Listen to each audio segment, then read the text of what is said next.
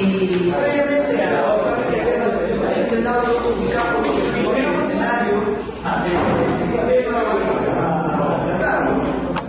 comúnmente me imagino que ustedes han venido abordando el tema arbitral bajo el escenario propio del arbitraje, y lo que yo voy a tratar es qué sucede luego que se lauda, luego que tenemos un laudo, y cómo materializamos ese laudo, cómo lo ejecutamos. Y mayormente una alternativa es inicializar la ejecución, vincularnos con la sede judicial y ahí ir a la ejecución de los laudos. Yo podría hablarles de esta actividad arbitral con sus vinculaciones con el Poder Judicial, ¿no? Y para ello, por lo menos ubicarnos y decir lo siguiente, ¿no? A pesar que el Tribunal Constitucional ya lo ha señalado en un precedente vinculante, que es el caso Cantuario, que es uno de nuestros amigos que acaba de retirarse, ha puesto énfasis no solo en este precedente, sino en diferentes resoluciones en las que he tenido oportunidad de reafirmar la naturaleza del arbitraje en el sentido que radica en el ejercicio no de la autonomía privada, como señala el TC, no en el ejercicio de la autonomía privada, sino en el origen del artículo 139 de la Constitución del Estado, que regula la función jurisdiccional de los jueces, ¿no? Yo les invito a que vean ese precedente, que es el precedente número 11 del caso Cantuarias, que pueden corroborar o contestar lo que digo, donde el TC dice que la naturaleza del arbitraje no radica en el ejercicio de la autonomía y voluntad, sino radica en el ejercicio del poder que está regulado en el artículo 139 de la función jurisdiccional. Entonces, primer punto yo diría hasta de sorpresa, sería partir por no reconocer que el arbitraje tiene una naturaleza de autonomía y voluntad y asumir que tiene una lógica de función jurisdiccional. Y precisamente uno de los puntos donde se demuestra que el arbitraje no tiene tal poder como autonomía y voluntad es precisamente cuando hay laudos en la que se va a requerir uso de la fuerza, porque los árbitros van a tener o tienen una disminución en cuanto a sus facultades, sobre todo para la parte del uso de la fuerza en el tema de la ejecución, ¿no? Y esa es la gran debilidad que se maneja desde el ámbito arbitral como para poder sostener que ellos hacen función jurisdiccional. Si fuera esto así, no tendría por qué vincularse con la jurisdicción, no solo para pedir el apoyo de la ejecución de laudos, sino inclusive se vinculan desde el arbitraje con la jurisdicción primero para pedir tutelas cautelares. Los árbitros, ¿no?, piden al juez que ejecute las medidas cautelares que dictan en sede de arbitraje. Entonces ahí nos preguntamos, si dicen que ejercen función jurisdiccional y uno de los poderes de la función jurisdiccional es el uso de la fuerza legitimada para realizar resistencias, ¿no?, ¿cómo podrían entonces los árbitros estar tocando las puertas a la jurisdicción? Y eso nos vuelve a reafirmar que el arbitraje no es función jurisdiccional. El arbitraje es el ejercicio libre de una autonomía y voluntad para regular o poner fin a un tema de un conflicto. Segundo tema, que es el tema de la ejecución, que vamos a ver ahora, ¿no?, que está también vinculado. El tercer tema que se vincula el arbitraje con las jurisdicciones de la actividad probatoria, ¿no? Hay situaciones donde los árbitros no pueden ejecutar determinados medios de prueba y van a pedir al juez que sea el que actúe la prueba, porque ellos no van a poder materializarlos. Y serán los jueces del Estado los que tendrán que apoyarles en la ejecución de una prueba. Y por último, el tema del control. La actividad arbitral post-laudo pasa luego por una etapa de verificación, control formal sobre la actividad que han hecho estos. Y son los jueces los que van a tener tal potestad e inclusive declarar la nulidad de los laudos que hayan emitido los árbitros. Entonces estamos no necesariamente en un escenario donde se quiere equiparar función jurisdiccional al arbitraje con la función jurisdiccional que es la que hacen los jueces del Estado. Pero dejando la salvedad eso que señala el TC, ¿no?, yo reafirmo que el arbitraje sigue siendo el ejercicio de autonomía de voluntad de partes y se vincula con la jurisdicción en estos tres roles. Primer rol, en un rol de la jurisdicción que va a darle un apoyo, un auxilio, un rol subsidiario, donde el árbitro no va a poder actuar como medio probatorio, será el juez el que lo irá a hacer, ¿no?,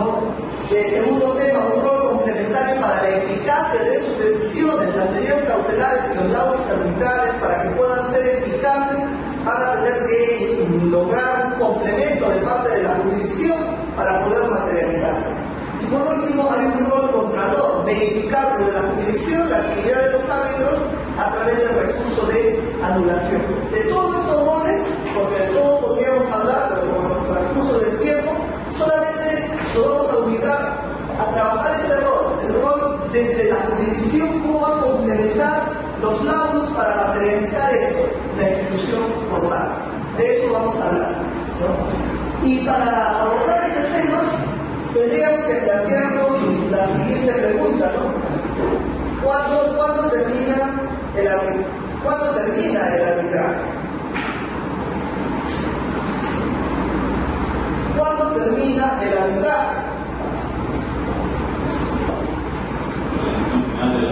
Posiblemente irán con la decisión final del árbitro, ¿no? Con un laudo. Posiblemente podría ser una respuesta válida, pero no necesariamente esa es la respuesta que tendríamos que esperar, ¿no?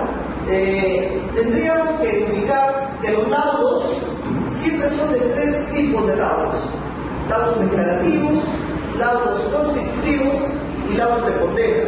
Comúnmente los declarativos son los que se basan a la interpretación de repente de alguna cláusula, no buscan una aclaración de repente sobre algún punto no muy claro en una contratación, y ese es un laudo declarativo.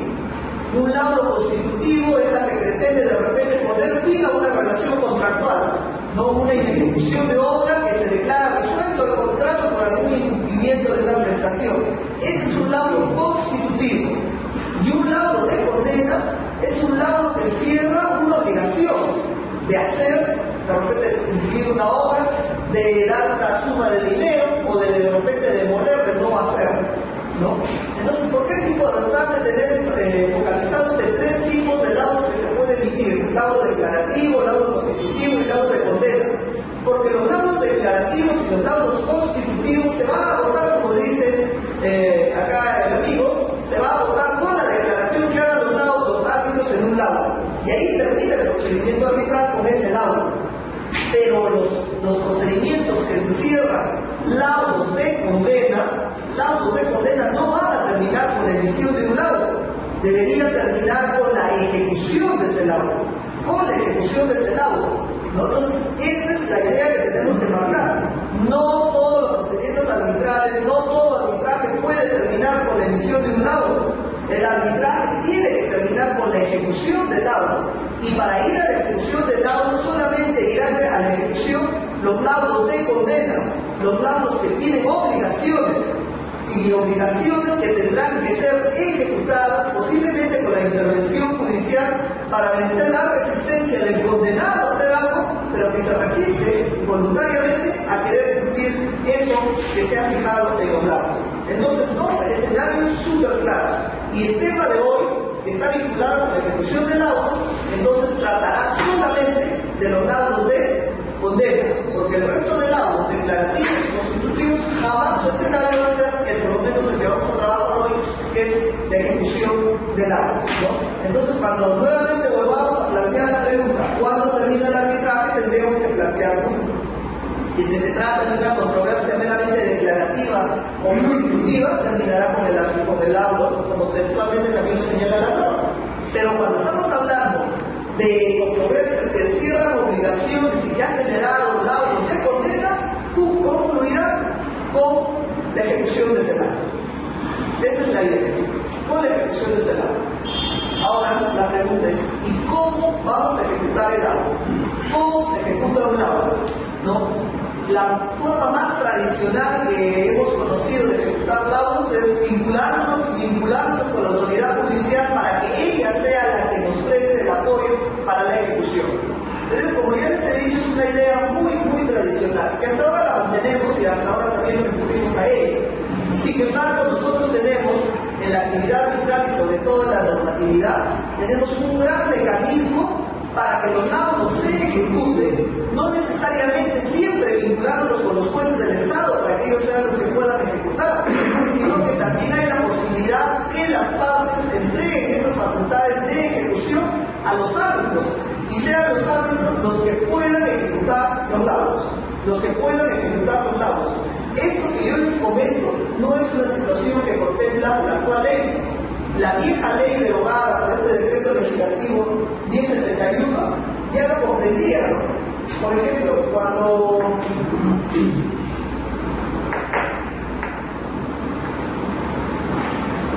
el artículo 9 de la ley 26.572 derogada decía, el artículo 9, el convenio arbitral puede otorgar facultades especiales a los árbitros para la ejecución del laudo. O sea, la idea, la posibilidad de que los árbitros puedan ejecutar los laudos está inclusive con la vieja ley. La nueva ley, el decreto legislativo 1071, ha mejorado esa redacción, porque ya no aparece por ahí como dentro de lo que era el convenio arbitral, por ahí en unas cuantas líneas hablando del convenio de la posibilidad de ejecución, sino que ahora le ha creado todo un artículo con varios incisos en el que se trabaja la ejecución arbitral. La ejecución arbitral. Y vuelvo a repetir la idea. El artículo 67 dice: a solicitud de parte, el tribunal arbitral está facultado para ejecutar sus laudos y decisiones siempre que medie acuerdo de las partes o se encuentre previsto en el reglamento del tribunal.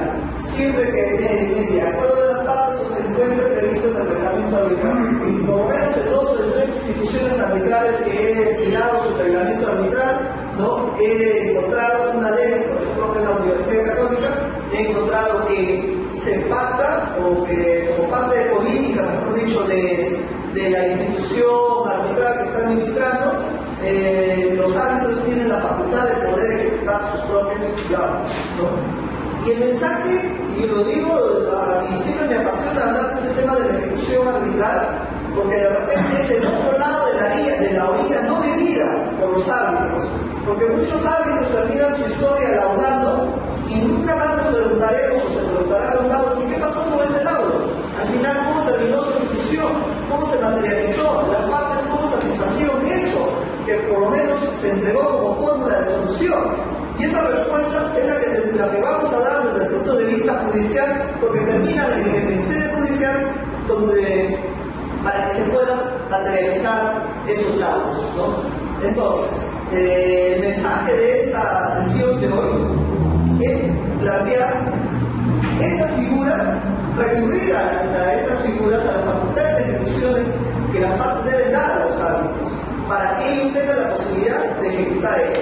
Y sobre todo en situaciones patéticas, como decía hace un momento conversando, ¿no? Situaciones perversas que se pueden dar en el arbitraje, sobre todo cuando se tengan que laudar, como voy a referir dentro de un momento.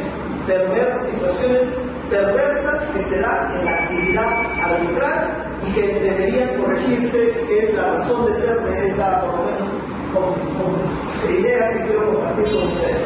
Entonces, primer supuesto, hay una normatividad que nos permite que las partes puedan ejecutar sus laudos, ¿no? Esta normatividad no es una novedad, sino inclusive la vieja ley también lo contempla. Pero muchos deben estar preocupados diciendo: pero los árbitros van a tener poder de ejecución. Entonces, no estoy yo hablando que los árbitros tengan poder para ejecutar, yo estoy hablando que los árbitros estén facultados para ejecutar laudos, pero no necesariamente la ejecución de los laudos, requiere poder para ejecutar, fuerza para ejecución. No, porque uno puede ejecutar un laudo sin necesidad de tener fuerza.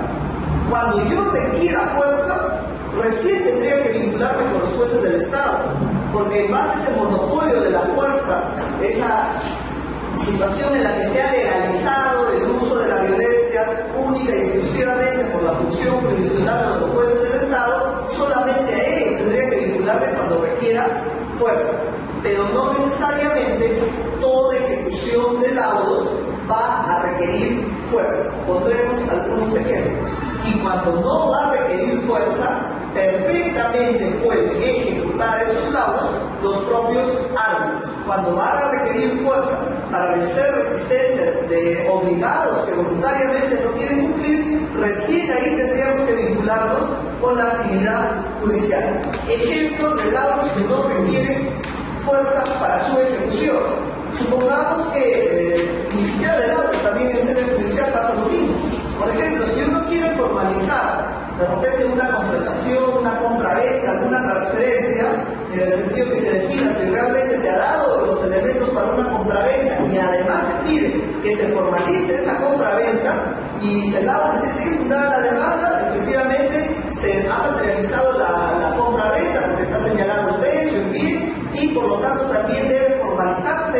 esa transferencia, ¿cómo se formalizaría esa transferencia?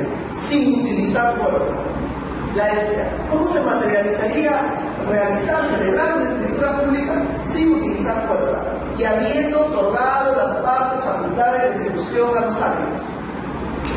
Materializaríamos a través de un contrato de mandato. Las partes podrían haber entregado al árbitro no solo las facultades para que laude, no solo las facultades para que ejecuten los árbitros, las que ejecuten los laudos, sino también le hubieran entregado un mandato a los árbitros para que en su nombre suscriban la escritura pública de la parte vencedora del arbitraje. Y con eso yo no estaría obligado a tener que ir a la sede judicial para que sea el juez el que haga esa actividad, porque un contrato de mandato perfectamente habilitaría a los árbitros para que puedan perfeccionar esa transferencia, al árbitro para que puedan perfeccionar esa transferencia. Otro ejemplo, si estamos hablando, por ejemplo, de un tema indemnizatorio o de un tema dinerario en el que se tenga que discutir de repente alguna obligación dineraria y se pacta facultades de ejecución a los árbitros, ¿cómo un árbitro podría ejecutar una obligación dineraria sin usar fuerza, sin requerir violencia? ¿No? Entonces un árbitro podría decir, bueno, si me han dado facultades de ejecución, yo voy a pedir a cada una de las partes, ¿no?, contrincantes de esta actividad, que me entreguen cada uno una carta fianza. ¿Cuánto es el tiempo estimado del arbitraje? 6 meses, 5 meses, una carta fianza a ese plazo. Terminado la actividad arbitral, el árbitro laudará, señalará quién es la parte vencida y quién es la parte vencedora, y la parte vencedora se le entregará la carta fianza. Con eso, ¿qué estamos logrando? No solo determinar el conflicto en el laudo, sino que el árbitro además está ejecutando el laudo, materializando una garantía que lo ha solicitado para poder ejecutar esa decisión. Y con los ejemplos que les he señalado, lo que les estoy mostrando es que no necesariamente toda ejecución va a requerir fuerza. Toda ejecución puede utilizar mecanismos aseguratorios, ¿no?, como las que les acabo de señalar, las garantías de cartas fianzas, como mecanismos aseguratorios para la ejecución de los árbitros del arbitraje en el escenario natural que es el arbitraje. O en el caso que yo les he hablado de un mandato, donde las partes le dan esa posibilidad para que el árbitro en su representación cumpla las obligaciones a las que se está pactando, ¿no? Entonces, con esto que les quiero señalar, que sí es posible que los árbitros puedan ejecutar sus propios laudos siempre y cuando no requieran el uso de la fuerza. Y eso también lo señala la propia norma, porque si bien comienza a señalar el artículo 67.1, ¿no?, la facultad de ejecución dice, se exceptúa de lo dispuesto en el numeral anterior, ¿cuándo no va a operar esa posibilidad de ejecutar laudos? ¿No?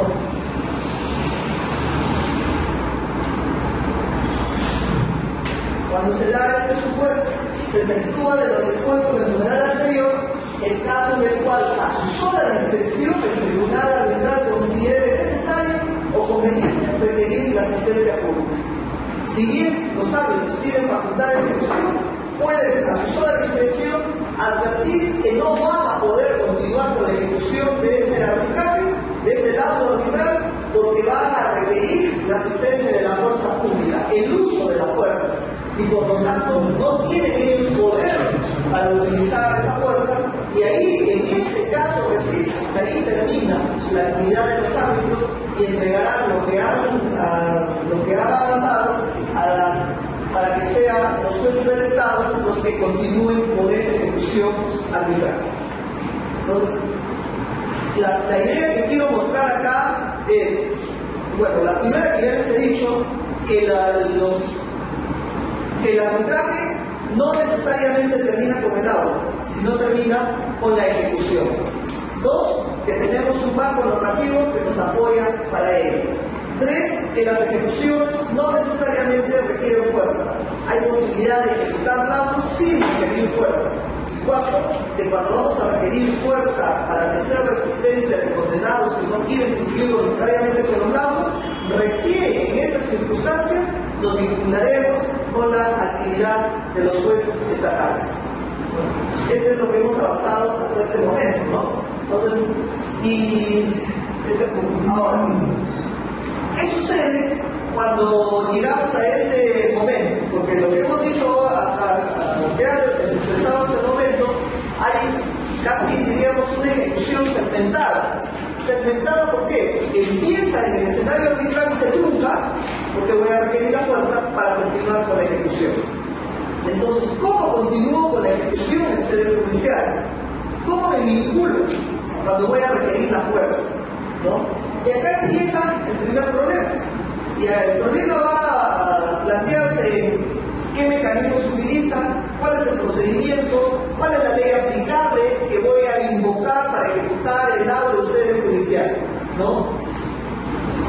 Y acá en el escenario tenemos dos textos legales que rigen la ejecución del laudo. La propia ley arbitral, decreto legislativo 1071, el artículo 68, que es el que sigue a continuación, habla de ejecución judicial de laudos. Tengo ahí un referente, puedo invocar esta ley especial, artículo 68, ejecución judicial de laudos, es la ley especial. Pero también tengo el Código Procesal que rige los procedimientos de ejecución de títulos y el laudo es un título de ejecución, por lo tanto también tengo este otro referente. Entonces la pregunta es, ¿cuál de estos dos textos es el que, cuál de estos dos textos, cuál de estos dos procedimientos, cuál de estas dos modalidades es la que se va a utilizar para la ejecución de laudos en sede judicial? Y acá les digo, no hay una respuesta uniforme y lamentablemente, como vamos a ver en los casos que se les ha repartido a continuación, en la praxis se invocan las dos normas legales como parte de ejecución.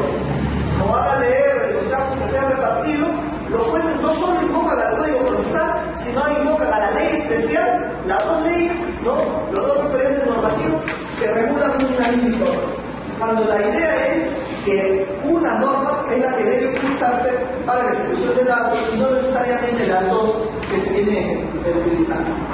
¿Por qué se da esta situación? ¿Y cuál debería ser la norma que debería aplicarse? Considero que la norma que debería aplicarse debería ser la ley especial.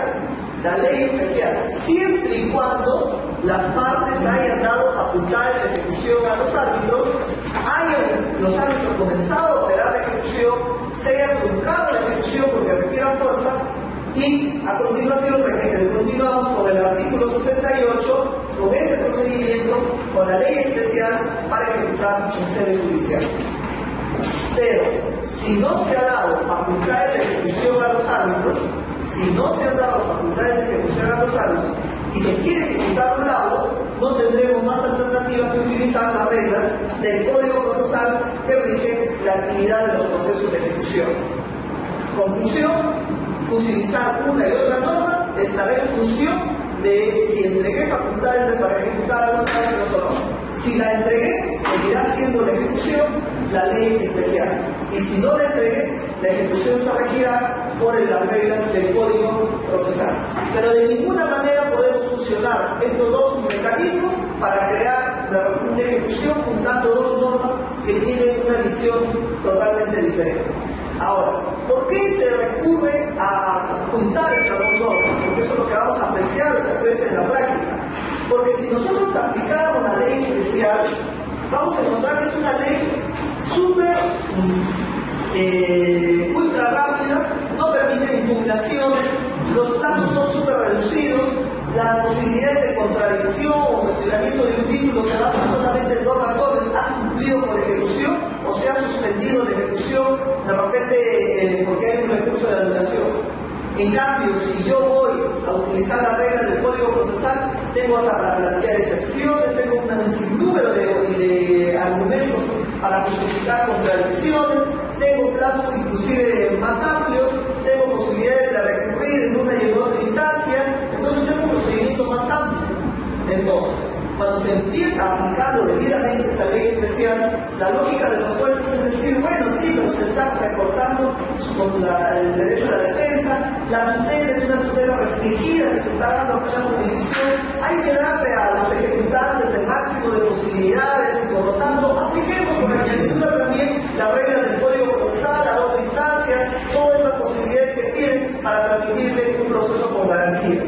Entonces, bajo esa lógica, un proceso que se tramita bajo una ley especial termina incorporando la regla del Código Procesal bajo una lógica de un proceso con un proceso con más garantías.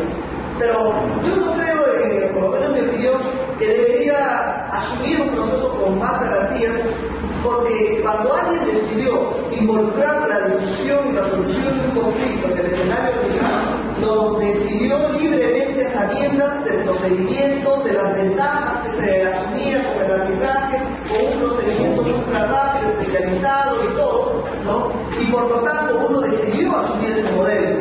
Y mal podría después decir, no, pero pese a que tú has asumido un modelo con estas condiciones, con las ventajas y desventajas que pueda generar, cuando tú estás acá yo no voy a asumir esa voluntad tuya, sino yo tengo el deber de tutelarte y a entregarte un modelo de procedimiento que es totalmente ajeno al modelo que rige la actividad arbitral, ¿no? Una lógica así ha llevado y lleva hasta la fecha para que la judicatura fusione estas dos normas y haya un híbrido en el tratamiento en cuanto al marco normativo en el tema arbitral, sobre todo en el tema de la ejecución.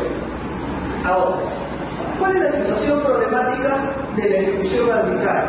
La situación, y por qué también es vital asumir que los árbitros tengan facultades de ejecución. La situación problemática parte por el tema de los laudos ilíquidos, por el tema de los laudos ilíquidos, y que la teoría muchos llaman este tipo de decisiones como decisiones perversas, y la verdad tendríamos que corroborar o confirmar ese tipo de calificaciones a esta forma de laudar. Para explicar este tema de los laudos ilíquidos, comenzaremos señalando lo siguiente, ¿no? Los laudos ilíquidos están vinculados sobre todo con las obligaciones dinerarias. Y las obligaciones dinerarias, comúnmente cuando se laudan, podrían ser obligaciones dinerarias líquidas, o podrían ser obligaciones dinerarias ilíquidas, o obligaciones dinerarias liquidables. ¿Cuándo estamos ante una obligación dineraria líquida? Cuando el árbitro lauda le dice ordeno que se paga 1 millón de soles. Textualmente está la cantidad fija, se ha liquidado 1 millón de soles como parte de la obligación para el pago. Pero los laudos liquidables son los laudos que además de señalar una cantidad líquida, permite a través de fórmulas aritméticas encontrar una liquidez a esas fórmulas, ¿no? Por ejemplo, cuando se lauda y se dice se ordena el pago de la cantidad líquida de 1 millón más los intereses legales. Los intereses legales yo lo puedo traducir luego en una cantidad líquida recurriendo nada más a una fórmula aritmética. Y tampoco eso va a generar mayor problema ni el laudo líquido ni el laudo liquidable. El problema radica en los laudos ilíquidos. Y los laudos ilíquidos son los laudos que no dicen nada en relación a las cuantías, a los montos indemnizatorios. No dicen nada porque nos van a remitir a la ejecución del laudo. Nos van a remitir para que sea en otro momento, en otra fase, ¿no?, lo que tenga que ejecutarse.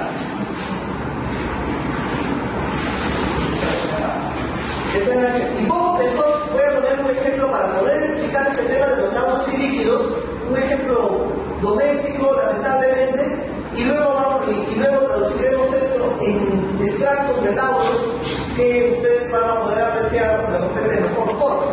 Miren, lamentablemente les digo, nadie está libre de ser atropellada, de sufrir un accidente de tránsito. Pondremos realmente un caso así que ha sido tan publicitado, que el caso de este señor Cacho, que atropelló a una persona y terminó en la cárcel por el daño que generó a este peatón. Si este peatón nos contratara como abogados para reclamar una indemnización porque ha quedado frustrado en cámara y no trabaja, no plantearíamos una indemnización, un monto indemnizatorio. Y el gran problema que se va a plantear en ese caso sería que el juez, para determinar el monto de la indemnización, tendría que tener en cuenta la magnitud del daño, porque toda indemnización se va a dar en atención a la intensidad del daño. Pero el caso da una historia, el caso lo señala lo siguiente, que es necesario que se practique una intervención quirúrgica al peatón para que el resultado de esa quirúrgica nos diga si realmente queda postrado en cama de por vida o posiblemente pueda nuevamente recuperar vía una rehabilitación. Entonces son dos escenarios totalmente distintos. No es lo mismo fijar un monto indemnizatorio para una persona que nunca va a volver a caminar, o fijar un monto indemnizatorio en atención a una posible rehabilitación, pero todo eso se va a definir a consecuencia de una intervención quirúrgica, a consecuencia de un acto futuro que tengo que realizar. Y según el éxito de ese acto futuro, recién el juez podrá fijar el monto que le podrá corresponder a esa indemnización según la trascendencia de ese daño.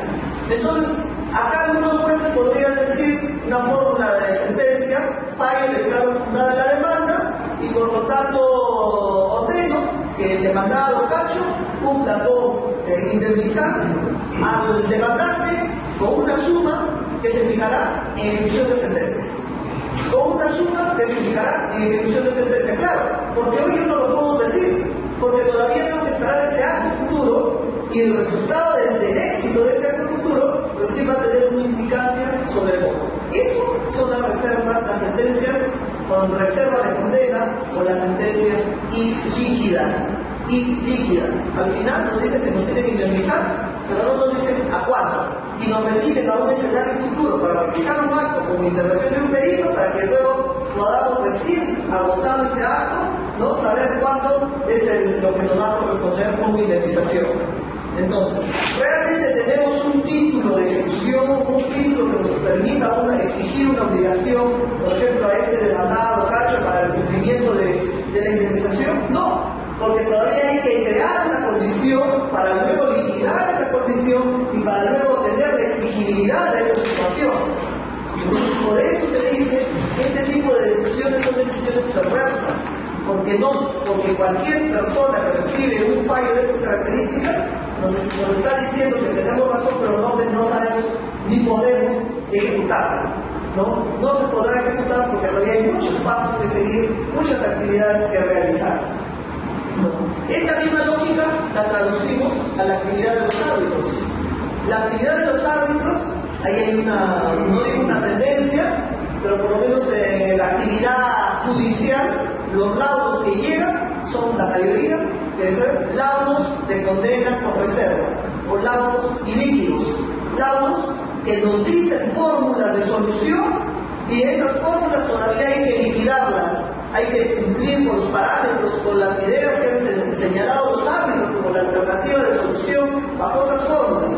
El problema está en que los árbitros no son los que hacen la ejecución, sino que trasladan, como las partes no han dado facultades de ejecución, a que los jueces del Estado tengan que ejecutar, liquidar, cumplir más o menos qué es lo que han querido decir los árbitros para tornar líquido ese arbitraje. Les mostraré algunos extractos, ¿no?, para poder buscar en estos temas. Casos de la vida real, y parte de la vida real están también en estos casos que me imagino que se han repartido para trabajar dentro de un momento, ¿no?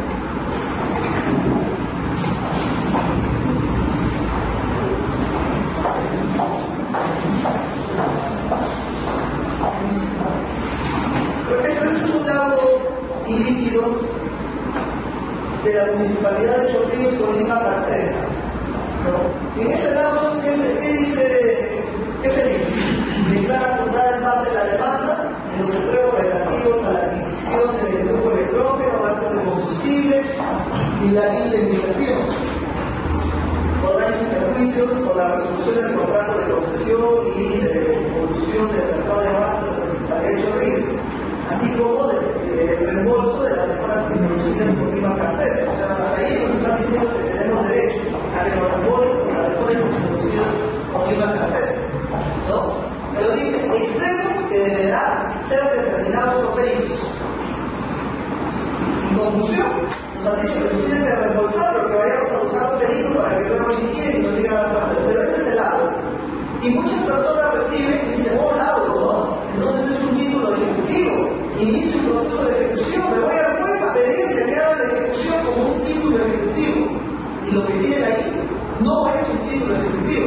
Van a seguir todo el procedimiento, la discusión, la contradicción, al final de la fundada la conclusión es iliquidez del título.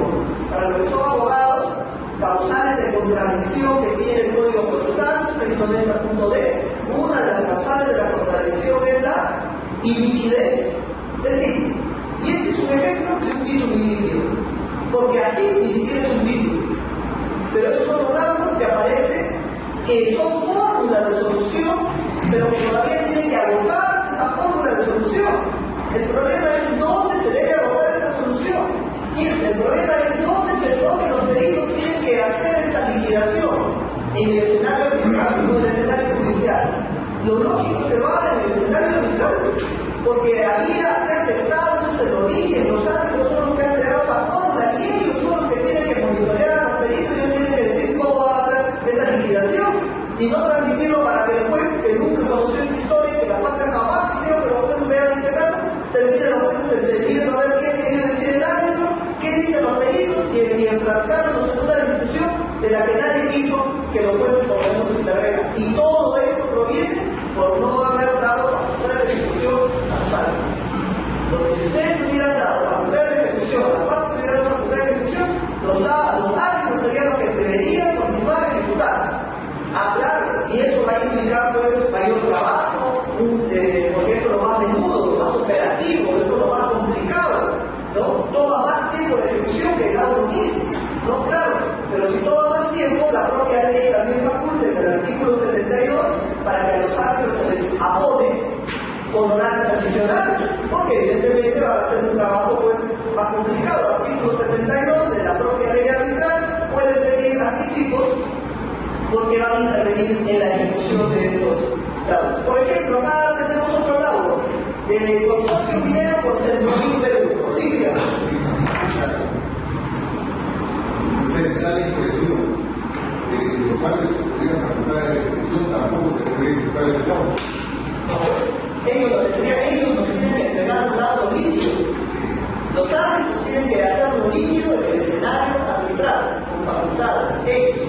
Porque eso no es un laudo. ¿Qué pasa si no vamos por algo?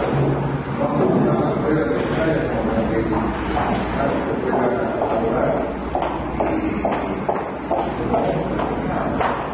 la parte no prueba lo que afirma sencillamente el árbitro va a tener que legitimar la pretensión. La declarar infundada, no prueba. Pero parece que acá aprobado la falta de liquidad y los peritos, los doctores tienen que hacerlo. Entonces, los árbitros tienen que continuar con esta discusión. Ellos son los que tienen que monitorear a los peritos y darnos un laudo que nos diga numéricamente cuánto es el reembolso de las memoras, a cuánto asciende. Si es 1 millón, recién ahí, eso es una suma líquida, una suma exigible. Cualquier juez puede autorizar cualquier intervención para cobrar ese millón, pero así no hay nada exigible, todavía hay algo que preparar. Esa es la idea. A ver, este es otro caso, porque Minero se lo sí. Pero disculpe, dentro de la casuística, como una revisión. Sí. Pero la ley no nos pide un laudo líquido, la ley nos dice un laudo nada más. Ahora, ese es un punto de vista, otro. Sería bueno que usted nos diga cuál es la diferencia pues, entre la discrecionalidad judicial para la ejecución de un laudo. Porque un laudo firme, basta que sea firme. Yo le invito, el artículo 688 dice un laudo firme. Es cierto, pero lee el artículo 689 del Código Procesal. Lamentablemente no he traído el Código Procesal, pero si alguien tiene el Código Procesal, artículo 689. Lee el siguiente artículo. Para que sea un título proclive de una ejecución judicial, no es suficiente ver si está en el 688, en el menú de los títulos. Tiene que leer el siguiente artículo, y el siguiente artículo me dice, para que sea un título ejecutivo, además del 688, tiene que ver que tenga los atributos de ser un laudo cierto, expreso y exigible, líquido y liquidable. Jamás dice ilíquido, porque ¿dónde va a encontrar usted la palabra ilíquido? En la contradicción del título. Lee el 690.d, ahí va a encontrar título y líquido, ahí está. O sea, no es suficiente leer el 688, hay que leer el 689, hay que leer el 690, y todo eso ubicar dentro de lo que es una lógica de un título ejecutivo, ¿no? Esa es la idea. El tema es, el juez también tiene la facultad de ejecutar fallos. Por supuesto, siempre y cuando sean ciertos expresos exigibles, líquidos y liquidables. Si no lo puede ejecutar. Entonces, la pregunta ya para terminar. Ya que el laudo está firme y ya que el juez no tiene la facultad de prorrogar la liquidez, buscar la liquidez, entonces el justiciable no tendría la solución. Ese es el problema que vamos a explicar. ¿Qué hacemos con el problema? No porque por los jueces de repente en una mejor forma lo voy a explicar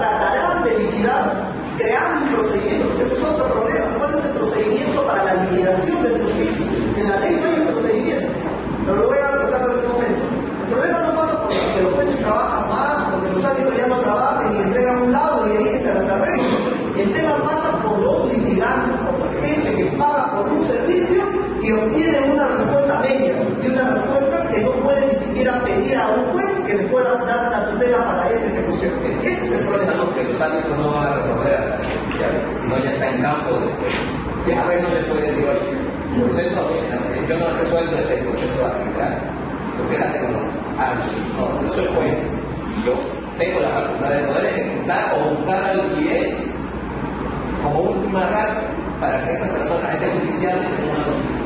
Mire, lo que ingresando por acá, primero, el juez no va a dejar de brindarle tutela, para empezar.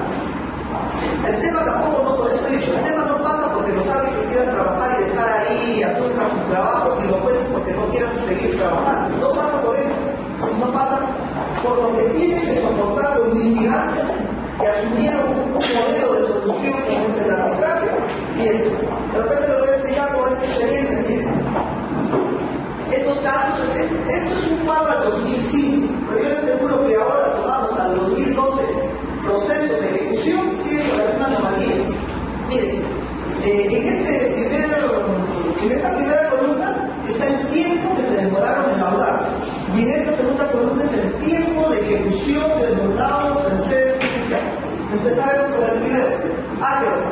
61 días para laudar, magnífico, 2 meses, ¿no? Usted un modo de solución rapidísimo.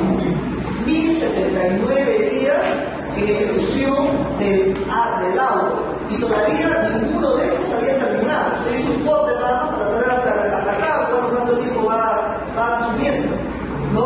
Por ejemplo, este laudo de Cercoseguro, 221 días para laudar, magnífico, un procedimiento arbitral súper rápido, 2.263 días de ejecución, ¿no? Entonces, el tema no pasa porque los jueces no quieren trabajar, el tema pasa por la dilación de la demora, que al final quien va a soportar todos sus efectos son los propios litigantes, ¿no? Entonces, ¿por qué la dilación? Bueno, porque son materias que no son tan especializadas, que no son de conocimiento de los jueces, por eso se buscaron los árbitros, que son especializados en esos temas para que lauden. Entonces los jueces recién tienen que conocer, asistirse, ilustrarse, peritos y todo. Y el otro tema es que estos tipos de laudos no tienen un procedimiento para su ejecución. La norma no lo ha señalado. Teóricamente deben ser laudos proscritos y decisiones judiciales también deben ser proscritos. Si nosotros hiciéramos una cuantificación de las decisiones judiciales y de repente hay abogados que litigan, muy pocos casos vamos a encontrar de sentencias con reservas de condena. Muy pocos casos. Hay, pero son pocos. ¿Por qué? Porque son sentencias proscritas, porque son sentencias incongruentes, porque no responden a la expectativa de que alguien le pide al juez que indemnice y el juez le dice, bueno, no te puedo decir todavía, espérate la ejecución de sentencia, pero ya te digo que condeno a que te deben indemnizar. Entonces son sentencias incongruentes, con tutelas deficientes, ¿no? Y que al final de cabo lo que hacen es generar una expectativa a un litigante que de la expectativa no va a pasar, porque no va a tener un instrumento con el cual puede ejecutar, porque todavía eso no es un título de ejecución. Entonces, ¿cuál es la solución en el tema de los laudos ilíquidos?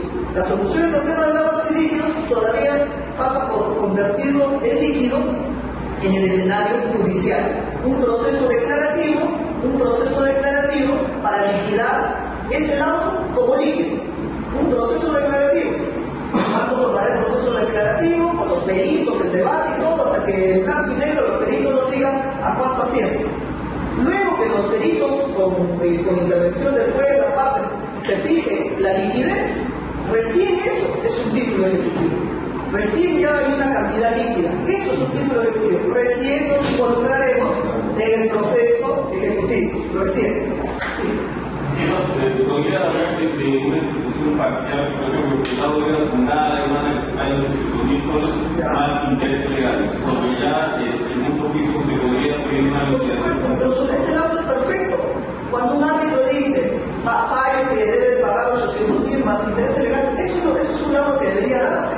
Yo estoy hablando de un lado que no dice cantidades, que no tiene liquidez, como por ejemplo el que les señalaba hace un momento, o el que tienen ustedes en su material, que lo vamos a ver en un momento, ¿no? Son lados de reserva, son lados de condena con de reserva de condena, ¿no? Que no tienen nada todavía que exigir. Por ejemplo, acá se decía que los peritos iban a liquidar para saber cuál era el reembolso de las mejores. Acá. Por ejemplo, en este lado de consorcio minero con Centrovil, ¿qué se ordena? Que una empresa de reconocimiento de prestigio internacional, con cuenta y costo de la demandada, se va a encargar la construcción de un estudio de impacto ambiental para que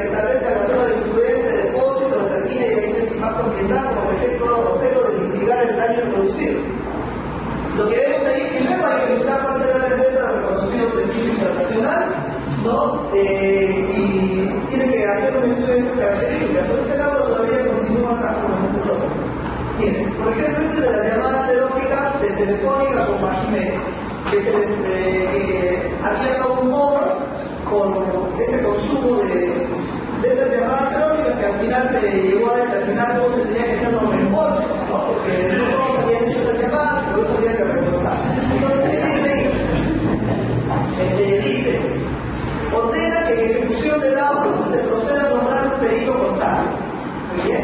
Para que proceda a examinar la documentación que obra en poder de Telefónica, así como los registros de usted, emitiendo con todo ello un informe sobre el monto más exacto y fundamentado posible de los gastos de procesamiento, y en el caso de las reclamaciones el monto de las sumas que tuvieron que ser abonadas a los usuarios, teniendo en cuenta diversos parámetros como disciplina por llamadas eróticas y por servicio telefónico, a fin de establecer el monto indemnizatorio, en donde el perito debe calcular además los intereses y demás de la fecha cargada.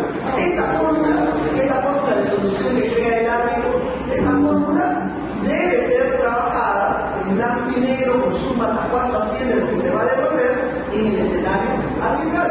Por los propios árbitros, ellos deben dirigir el perito y hacer todo lo que ellos han creado, porque eso es fórmula de los árbitros. Ellos tienen que poner en blanco y negro lo que ellos están considerando como fórmula de solución al caso que se les ha planteado.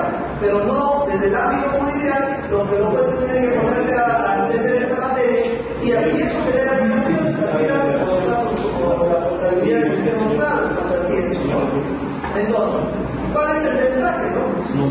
El mensaje es, primero, no es suficiente que la parte facultad de ejecución. Es interesante porque en casos que tengamos árbitros que lauden de esta manera, tendríamos la esperanza que los árbitros sean los que pongan en blanco y negro eso que ellos han dicho de esta manera genérica. Pero sin embargo, también hay que ponernos a pensar, y también como ustedes muchos deben estar diciendo, nadie está libre de recibir un laudo de esas características. Nadie está libre de recibir un laudo donde dice donde no diga nada sobre suma líquida y donde nos diga que tenemos que irnos a una fase de ejecución, ¿no? Si fuera ese el caso, y lo conversábamos hace un momento cuando acá con Fernando Cantuárez, que justo le decía que es todo un problema, esto de los laudos ilíquidos, ¿no? Y bueno, no está Caludo, pero igual decía, ¿no? Esta es una situación anómala que debería corregirse en el arbitraje por parte de los árbitros. Y como decía él, y los jueces no deben seguir tolerando recibir este tipo de laudos, porque esto realmente no es un laudo, porque no ha definido nada. Es, según su opinión, es un laudo parcial. Es un laudo parcial. Me ha hecho un aproximado, pero todavía falta, ¿no? En blanco y negro, la liquidación de eso que yo estoy pidiendo. El día que cumpla él poner en blanco y negro la suma indemnizatoria o el pago de mejora, eso recién lo asumiré como el cumplimiento de su prestación como árbitro. Por lo tanto, bueno, decían, la judicatura no debería prestarse a estar ejecutando esto, y más bien debería la judicatura decir, devuélvase para que los árbitros, como les han dado facultades de ejecución, para que ellos lo hagan en blanco y negro. Y si no le dieron facultades de ejecución, bueno, que la parte se asuma que esto es un laudo parcial, porque en el fondo, porque hasta la fecha no ha completado su decisión colocando la suma líquida, que es lo que todos están esperando para que nos digan cuánto asciende lo que nos deben pagar, ¿no? En la práctica, lamentablemente, no hay ni uno ni otro. Las partes aceptan, cuando le dan un laudo de esas características, lo aceptan, ¿no? Porque bueno, se emociona porque dice ahí laudo, y creen que el laudo ya pone fin al proceso, pero no es suficiente el nombre, hay que mirar el contenido, hay que mirar si tiene las condiciones de un laudo. Y yo les he dicho, la condición de un laudo es que tenga una obligación cierta, expresa, exigible, líquida y liquidable. Si no tengo un título de esas características, de nada sirve tener un papel que diga laudo si en el fondo no voy a poder ejecutar nada con ese documento, ¿no? Entonces siempre hacerle recordar a los árbitros el 683, ¿no? Como comentaba el expositor anterior, al momento de la notificación del laudo, en ese momento se debe dejar constancia que estábamos recibiendo un laudo a medias, un laudo parcial, y que debe también comenzar ya a trabajarse el complemento de este laudo, pero no aceptarlo así silenciosamente y luego esperar a trasladar haciendo lo que ellos no han hecho de manera efectiva.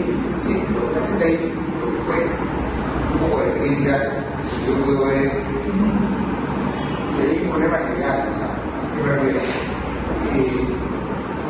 Un problema es un problema operativo. Muchas veces creo que eso pasa, la mayoría de veces. Es que los fallos, algunos fallos terminan resolviendo así, porque al final se enteran de su caso el día que ya sacaron el tema del plazo para hablar.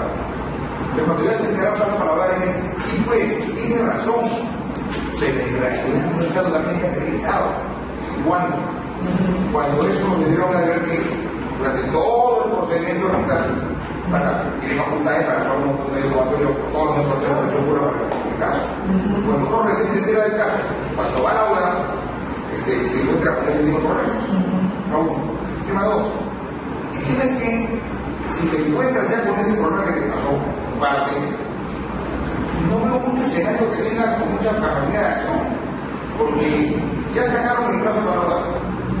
Ya, por lo general, te dan el auto faltando un día o 2 días para que se acabe el plazo para hablar. Si eso pasa, ya por mi imposibilidad de venirle al tribunal, en realidad que complete su laudo. Porque, por ejemplo, para hacer todo ese tema indemnizatorio, que calcule el delito, ya no tiene reducción, porque se le echó el plazo.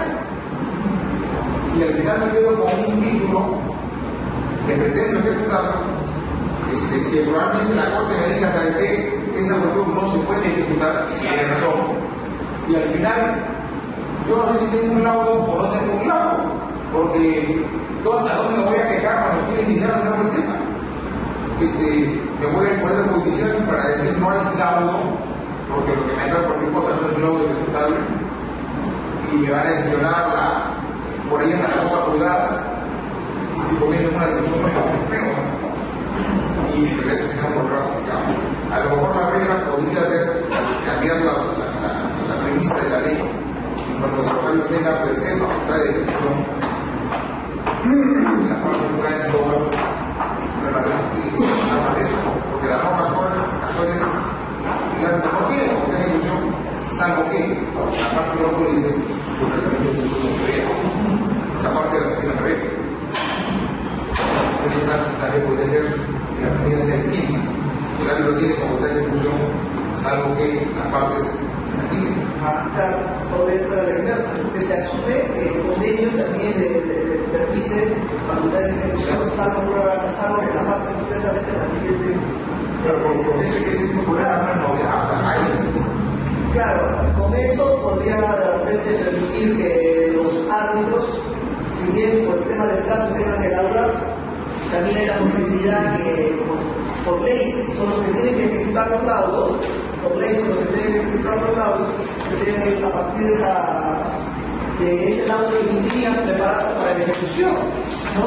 En caso de ejecución arbitral, de acuerdo a la complejidad y duración de la ejecución, pero las ejecuciones duran más que el laudo, ¿no?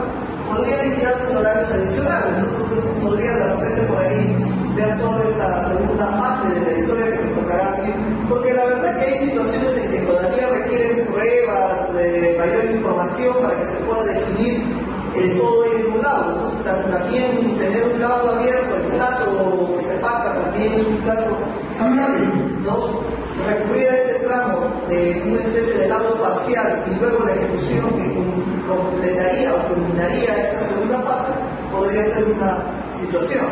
Ahora, el tema de las ejecuciones de los laudos tampoco son muy santas, que digamos, ¿no? No sé si por ahí ya hemos sabido apreciar o una casuística, no son nada santas en el sentido de, bueno, yo no voy a hablar tanto de las cosas no santas sobre la ejecución de laudos, porque el tema era más a cómo ejecutamos esos laudos o el tema de los laudos líquidos, pero también no debemos dejar de señalar lo que es una realidad, ¿no? Asumir el arbitraje para evitar procesos judiciales y realizar las gobiernos, ¿no? Por ejemplo, inclusive en los juzgados comerciales esa práctica ha generado inclusive un pleno jurisprudencial ahí en los juzgados comerciales, porque se había asumido como práctica inmuebles que estaban ocupados, venderlos, bueno, el vendedor lo vendía siendo ocupado. Hasta ahí no hay nada irregular. El asunto es que en esa compraventa se pactaba convenio arbitral y de cualquier situación de irregularidad se iba a decidir por el arbitraje. Y además en ese contrato se pactaba que el propietario iba a entregar el inmueble, por decir, julio de este año.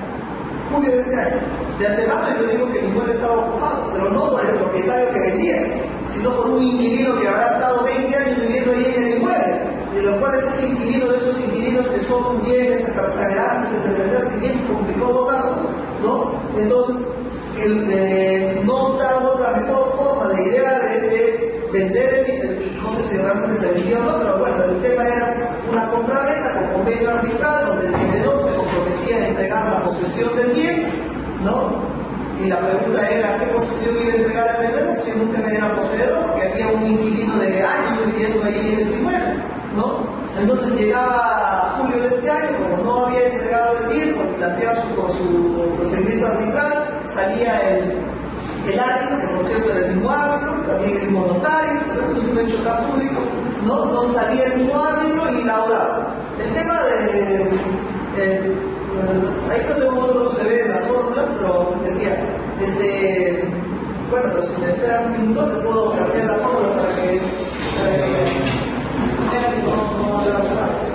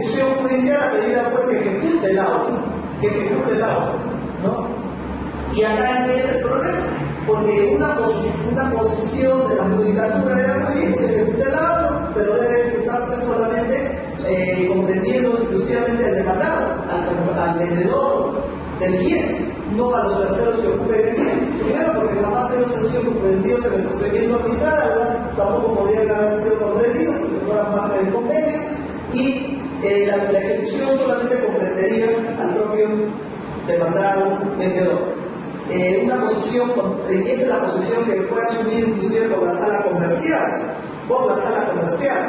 Sin embargo, la Suprema cambió toda esta historia y la Suprema va a asumir que también puede ser extensible hacia los terceros, ¿no? Y concretamente, en pocas palabras, es el caso de Illana el que está detrás de toda esta historia, ¿no? Entonces, no necesariamente las cosas se pueden utilizar la facultad de ejecución para los árbitros, porque hay uno que le llama facultad de ejecución, y por parte de la facultad de ejecución, él está ordenando el lanzamiento de los demandados, ¿no? Y está aplicando esta norma, ¿no? Después también hay otros árbitros así un poco, a ver, por ejemplo, este es otro, muy gracioso, que este árbitro también tenía que hablar sobre, es un árbitro de ejecución de 2010, ¿no? Entonces,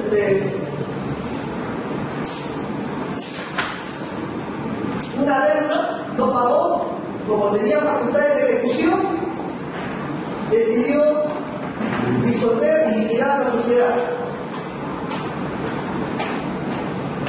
conyugal. O sea, una sociedad conyugal tenía una deuda. Como no pagó, se fue a un convenio arbitral. Bueno, se ejecutó un convenio arbitral. Como el árbitro tenía facultades de ejecución, decidió liquidar la sociedad conyugal, ¿no?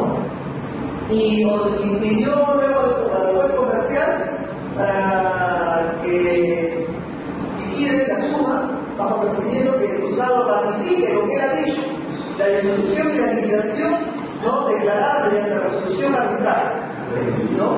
Y repita lo que es certificada a la comisión de Indecopi, ¿no? Por supuesto que Indecopi también, la comisión de Indecopi, le digo que ha resuelto que esta entidad no es competente para tramitar la disolución y liquidación en mérito del oficio remitido por este despacho, ¿no? Que es el árbitro le remitió al Indecopi diciéndole que ha decidido que se liquide la sociedad y dijo, porque solo el juez ordinario se le tiene facultad de 96 y 92, ¿no? Entonces se fue al juez ordinario y le pidió al juez que cumpla con lo que él ratifique, pues lo que él ha hecho, no puede liquidar la sociedad, ¿no?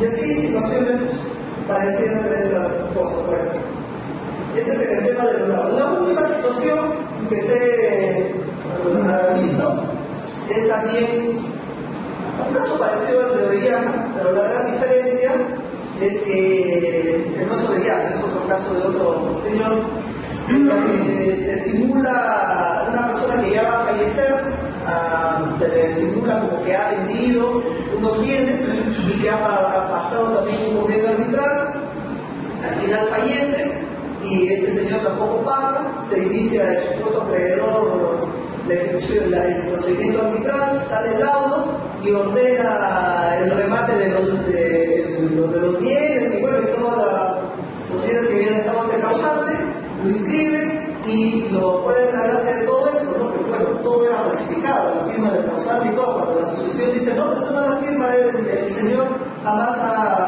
ha transferido, jamás ha hecho un convenio de... La cosa que debe es desaparecer el expediente arbitral. Cuando se pide el expediente para verificar, a ver, las firmas, para que el técnico vaya, no, porque la ley solamente permite 3 meses para conservar las actuaciones arbitrales. Así que en 3 meses se laudó, se salió el laudo, se ejecutó, se distribuió, se transfirió.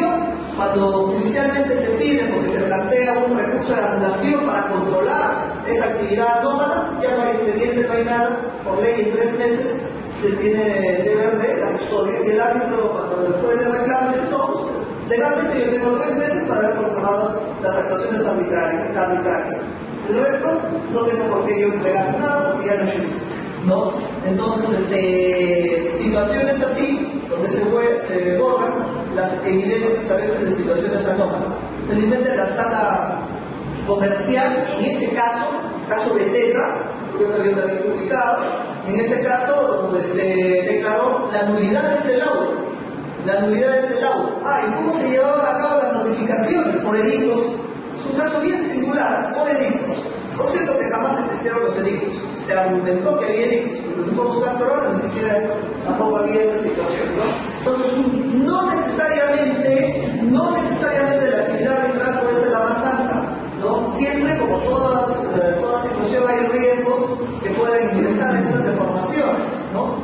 por ahí ya estamos encontrando situaciones de estas características que también nos podría llevar a hablar de la revisión por fraude arbitral, ¿no? Porque por ahí hay algunos que han escrito y han dicho no, que la nulidad de cosa juzgada solamente se aplica a los procesos judiciales, ¿no? Pero no a los arbitrales.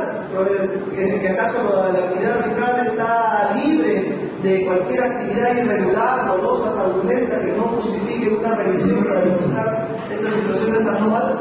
¿No? Entonces la idea es que también se puede recurrir a ello.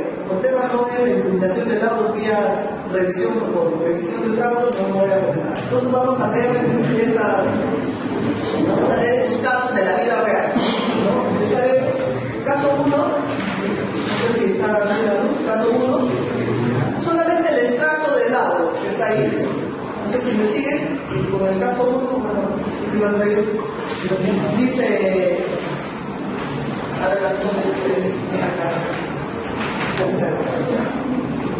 Tercero, debe ser fundada la primera pretensión de la demanda en todos sus extremos. En consecuencia, ordénese al Ministerio de Transportes y Comunicaciones para que pague a orden concesionaria interoceánica la suma reclamada ascendente a 820.000 nuevos soles, más el pago de los respectivos intereses legales computados a partir de la fecha del inicio del presente arbitraje. Es extremo, es una prestación exigible, líquida, exigible perfectamente. Hasta aquí está muy bien. Paso siguiente. Cuarto, declárese fundada la segunda pretensión de la demanda en todos sus extremos. En consecuencia, declárese que concesionaria interoceánica subtramo 3 está obligada a pagar únicamente el aporte de regulación por los ingresos que perciba por concepto de pago. ¿Tendríamos algo que exigir ahí como un título ejecutivo?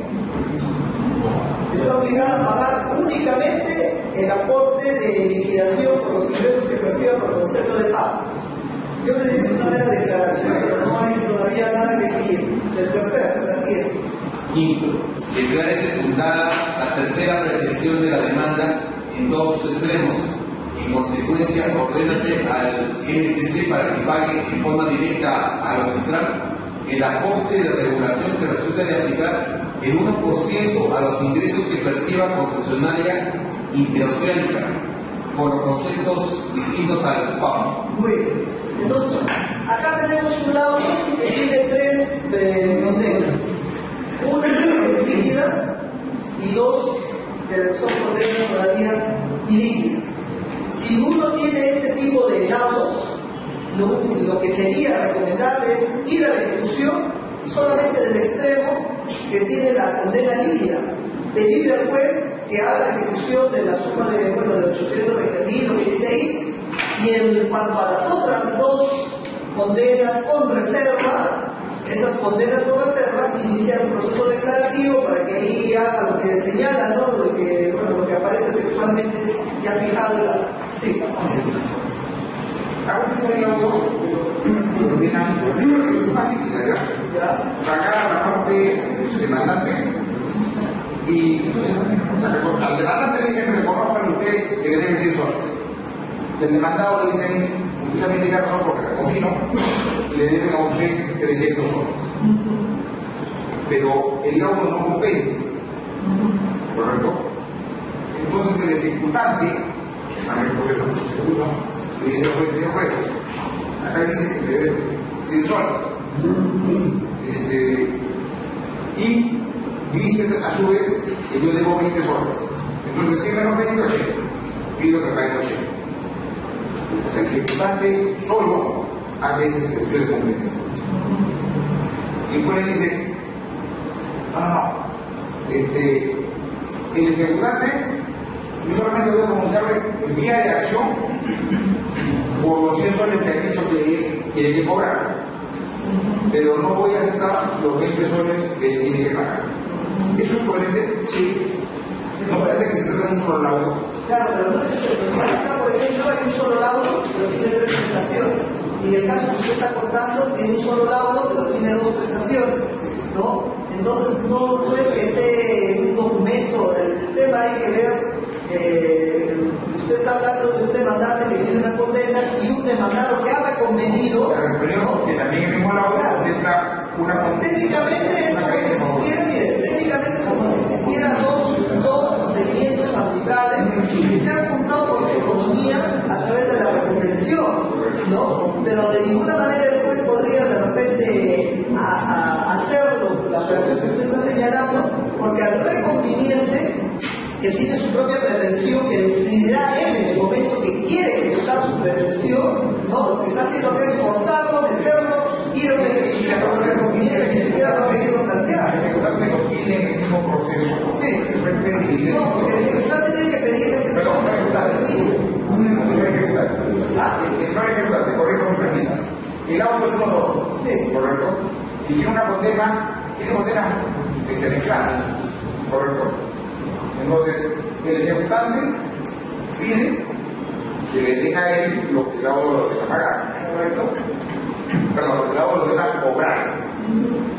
Y a su vez, el ejecutado dice, ok, pero el mismo laudo también dispone que a mí también me pague. En consecuencia, no le debo 100, le debo 80. ¿Correcto? Después podría decir, no, señor ejecutado, usted tiene su derecho de acción y agarre su título y vaya a agarrar su laudo y vaya a otro proceso. Pero en este proceso, yo solamente voy a ver el pedido del ejecutante. Lo que debe proponerse es una acumulación de procesos. Cada ejecutante tiene su propio título y su propia ejecución. El ejecutante promoverá su ejecución, el reconveniente promoverá su ejecución y lo fusionará bajo una figura de acumulación de procesos. Los dos procesos los va a conocer el juez, pero cada uno va a tener su propia vida, su propia liquidación, su propia... Llegará un momento que se va a juntar, por eso es una acumulación de procesos. ¿Saben qué momento se va a ejecutar? Cuando tengan el dinero líquido y se hagan las compensaciones, las sumas, las restas, los gastos ahí, en ese momento recién ejecución ya de la liquidez para ya pagarle cuando ya tenga el dinero, recién ahí podría operar la lógica que usted está diciendo, pero tiene que ir por dos procesos. Cada uno tendría que agarrar el mismo laudo que ejecutar por su lado. Pero lo mismo, pero pedir la acumulación de procesos, porque están vinculados. Cada uno debe tener su propio proceso y pedir que se acumulen ambos procesos ante el mismo juez, ¿no? Y luego, como se han acumulado, ha llegado un momento en que el juez va a hacer esa operación matemática, pero lo va a hacer al final, cuando tenga los dos procesos con su propia vida. Lo va a hacer, pero no que demandarle que haga su operación lógica, como usted dice, le diga al juez, me da el 20, después que he hecho ya mi operación unilateralmente, todo eso. ¿No? Tiene que existir cada uno con su propio proceso. ¿Ya? Se acumulación de procesos y va a llegar un momento en que se va a liquidar esos dos procesos con la lógica que usted está señalando. Así podría ser. ¿Ya? Entonces, en este caso, ¿qué les digo? En este caso ya, yo podría decirle al que ha ejecutado esto que se complicó la vida, porque de frente de haber ejecutado la suma líquida, les hago eso que no está muy claro para hacer una ejecución de esas dos prestaciones de manera separada, ¿no? Pero miren también de la judicatura lo que sucede, ¿no? Si comenzamos a leer, sí, Antonio, por favor, si comenzamos a leer el artículo 4, el considerando cuarto de la resolución, sí, estamos viendo el caso 1 todavía. Si estamos en el caso 1, ahora qué le dice el juez, ¿no? ¿Cuarto? Sí. El título ejecutivo que se encuentra aparejado a la demanda consistente en la copia certificada del laudo arbitral de derecho de fecha 25 de octubre del 2009, el mismo que tiene la calidad de firme, conforme se aprecia de la resolución 22 de fecha 15 de diciembre del 2010, anexa en copia certificada que declara improcedente los pedidos de interpretación y exclusión presentados por el Ministerio de Transportes, conforme a lo dispuesto en el inciso 2 del artículo 688 del Código Procesal Civil, apreciándose por ello de su análisis que ésta contiene una obligación cierta, expresa y exigible, conteniendo por parte del ejecutado una obligación de dar suma de dinero y una obligación de hacer. Lo que sucede es que acá, si uno revisa el considerado tercero de esta resolución, el juez invoca el Código Procesal. Y luego también invoca en ese mismo considerando el 1071, ¿no? Por ejemplo, es un modelo donde junta las dos normas, la ley especial más el Código Procesal. Pero al final el juez, ¿qué le dice? No dice, se resuelve el día de trámite, la presente demanda vía proceso de ejecución ante el auto, interpuesta por concesionario, y por lo tanto se le notifica a la entidad del Estado para que cumpla con pagar A los 820.000, B, para que efectúe por parte concesionaria el tramo 3SA, consistente en pagar únicamente el aporte de regulación de ingresos percibido por el concepto del PAM, ¿no? Y C, ordene que el Ministerio pague en forma directa o cifrada el aporte resultante de aplicar el 1% de los ingresos que percibe la concesionaria y todo. Si yo soy abogada de la parte demandada, yo le voy a plantear ahí una contradicción por infringir ese título, porque en caso de estos dos requerimientos no forman parte de un título ejecutivo y complico la situación. Lo ideal es nada más que ejecute un extremo. En este tema, por ejemplo, el caso es muy singular, es un tema de concesión.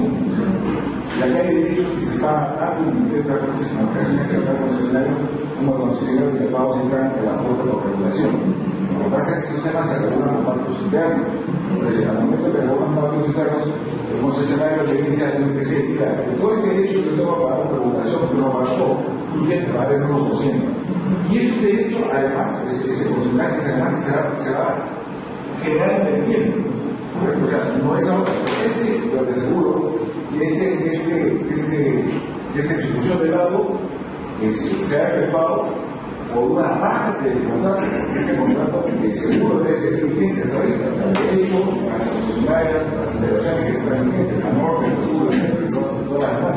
Pero lo que está diciendo, lo han dicho los árbitros, también que se dice, oye, por si acaso a partir de ahora, de repente lo otro va a tener que mandar en su momento, pero por si acaso a partir de ahora tú vas a pagar el 1% como está declarado por la propia regulación. Y a ti, concesionario, no vas a pagar, ¿no es cierto?, por concepto de pago. Y es lo que está diciendo, pues, como dice el episodio de la demanda, ya es una cosa muy rara, que se aplica a dos normativas, pero sí dice que tienes una obligación líquida, pagas los 820.000 y tienes otra obligación que no hacer. O sea, a partir de ahora, inclusive hay una de hacer, a partir de ahora tú vas a tener que pagar este tema, no a mí, no sé, vas a tener que pagarlo ese tema, yo no voy a pagar, vas a tener que pagarlo ese tema, y además yo voy a hacer pagar. No me va a hacer, si quieren, no lo digo, y no voy a hacer nada de su nivel. Yo creo que por ahí hay una diferencia si es que este tema es litigio, es cierto, o que estamos frente a un título ejecutivo. De repente estamos frente a un título ejecutivo. No será litigio, pero son distintas naturalezas de las obligaciones. Ya, no necesariamente las condenas de reserva pueden ser también ilíquidas. También hay condenas de reserva sujetas a una obligación de hacer o de no hacer. Y el tema sobre todo administrativo. Si un juez, por ejemplo, el tema arbitral, si un juez autoriza, por ejemplo, para la autorización de pesca, ¿no?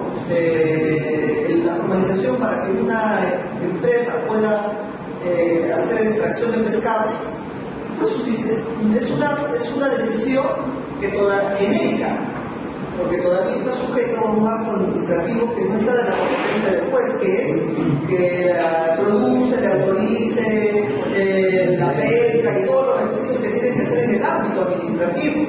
Por lo tanto, es una condena genérica que está haciendo el juez. Entonces, ordeno que se perfeccione la procedencia y pueda extraer el pescado.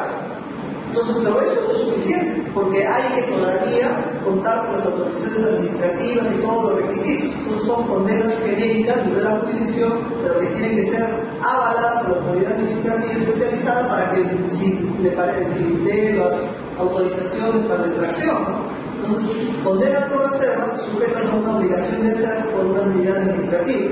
En la misma lógica, acá hay una condena genérica a que le paguen el 1% o las condiciones duras, pero que todavía está sujeta a lo que tú dices, a las liquidaciones, como se va a realizar en ese escenario, ¿no? Entonces, técnicamente, yo no podría decir que esto es un título ejecutivo, no necesariamente porque sea ilíquido, no. Yo creo que lo que voy a marcar es ilíquido porque acá había más ejemplos de líquidos, ¿no? Pero también las reservas genéricas pueden también operar como obligaciones de hacer o no hacer. Lo fundamental para que sea una prestación, entender si es líquido o título ejecutivo, es que tiene que la prestación estar claramente determinada. ¿Cómo se va a hacer? ¿Cuándo se va a hacer? ¿En qué condiciones se va a hacer? Así tiene que estar textualmente marcado para que, supongamos, ordeno que se pague el 1% a partir de esta fecha a favor de tal persona. Entonces, cuando está marcada de esa manera y el obligado no quiere voluntariamente cumplir, lo que se va a hacer es ejecutar forzosamente lo que aparece en esos términos.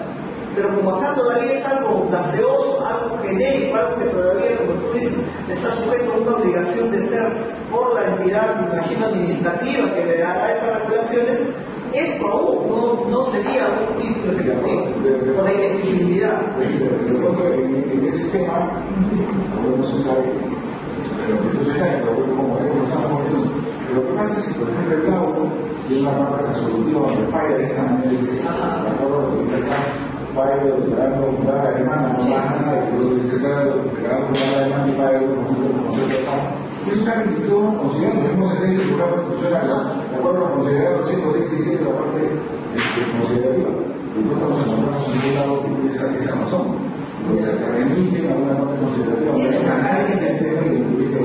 Este tema se liquida de forma que así se sabe el concepto de los derechos humanos. Y lo que de todas maneras podría ser tratar este tema, pero conforme de los derechos humanos de la guerra. Nosotros acabamos de decirlo, como no decirlo también. Entonces, hablando en concordancia con todo el sistema de comunidad del lado. Entonces veo, había un tema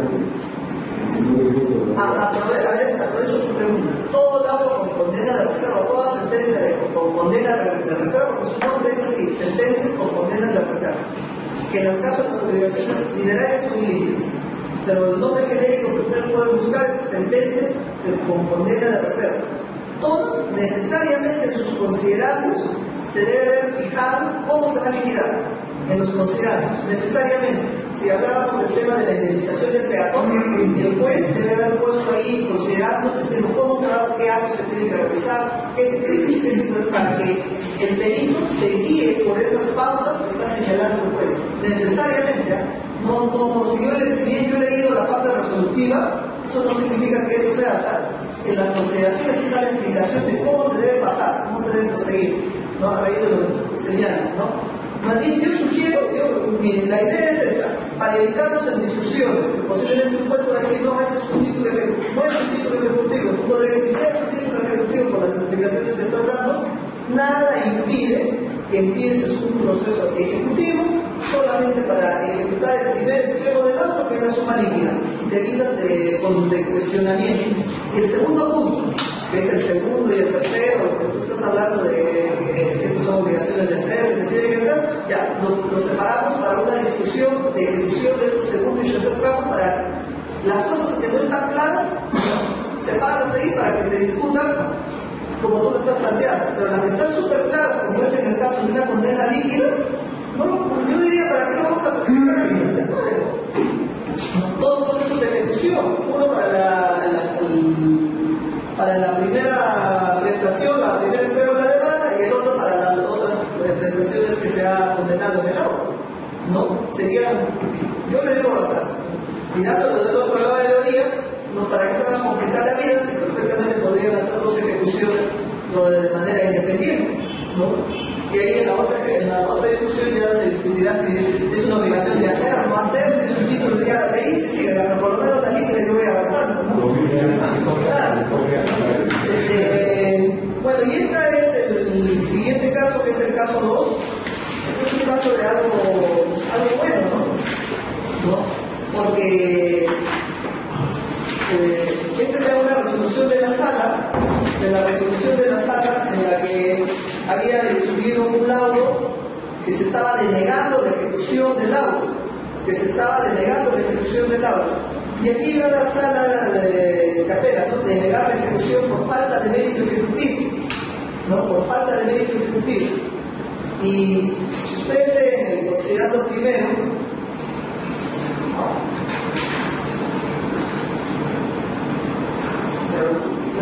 para leerle la fórmula, cómo se había planteado el auto. Primero, que los fundamentos primordiales definidos por el recurrente mediante su recurso oral de las 24 a 26 escriban y señalar: a. Que el actor incurre en error al denegar la ejecución del auto acompañado, pues este cumple con todos los requisitos necesarios para su reclamación judicial. 2. Así, se ha establecido la obligación de la emplazada para pagar el equivalente a 24 mensualidades de pensión calculadas en forma proporcional a la que correspondería a una pensión de invalidez permanente total, acorde norma del Decreto Supremo 003/96. Adicionalmente, en dicha norma se establece un procedimiento para el cálculo de las pensiones. Así, refiere la penalti, deberá tomarse como relevancia las 12 últimas remuneraciones, de las cuales se obtiene el promedio que se multiplica por 24. Y finalmente, este monto se calcula el 70%, teniendo como resultado 58.000 soles, que es el monto a pagar, del que solo se abonó, añade la suma de 16.000 soles, correspondiendo a la ejecución entablada por el SAC. Esa es la discusión, ¿no? Al final, si ustedes leen la decisión de la sala, pues firma la ejecución, pero todo eso está considerando quinto, ¿ya? Porque la sala da la consideración quinto, todo eso ya está terminado, porque ya sé que los pacientes te van a considerando quinto.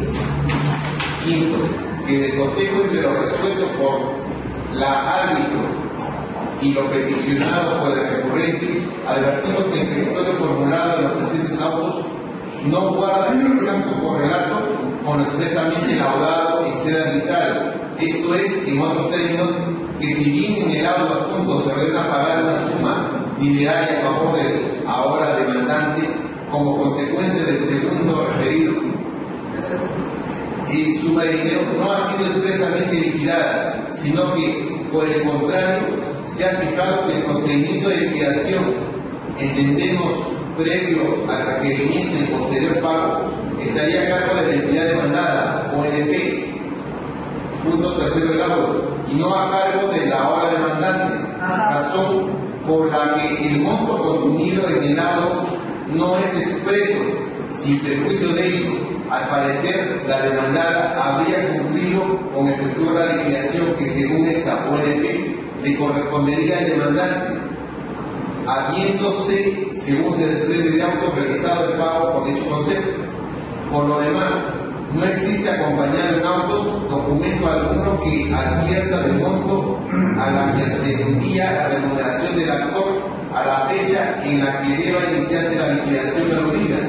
Punto segundo y tercero del auto, sobre cuya base debe realizarse la operación aritmética a que requiere dicho pronunciamiento arbitral, siguiendo al efecto el procedimiento establecido en el artículo 18 numerales tal y tal del Decreto Supremo número 003, así como la tercera disposición final de tal dispositivo normativo, no resultando posible tampoco una liquidación por operación aritmética al no contar elementos suficientes para hacerlo.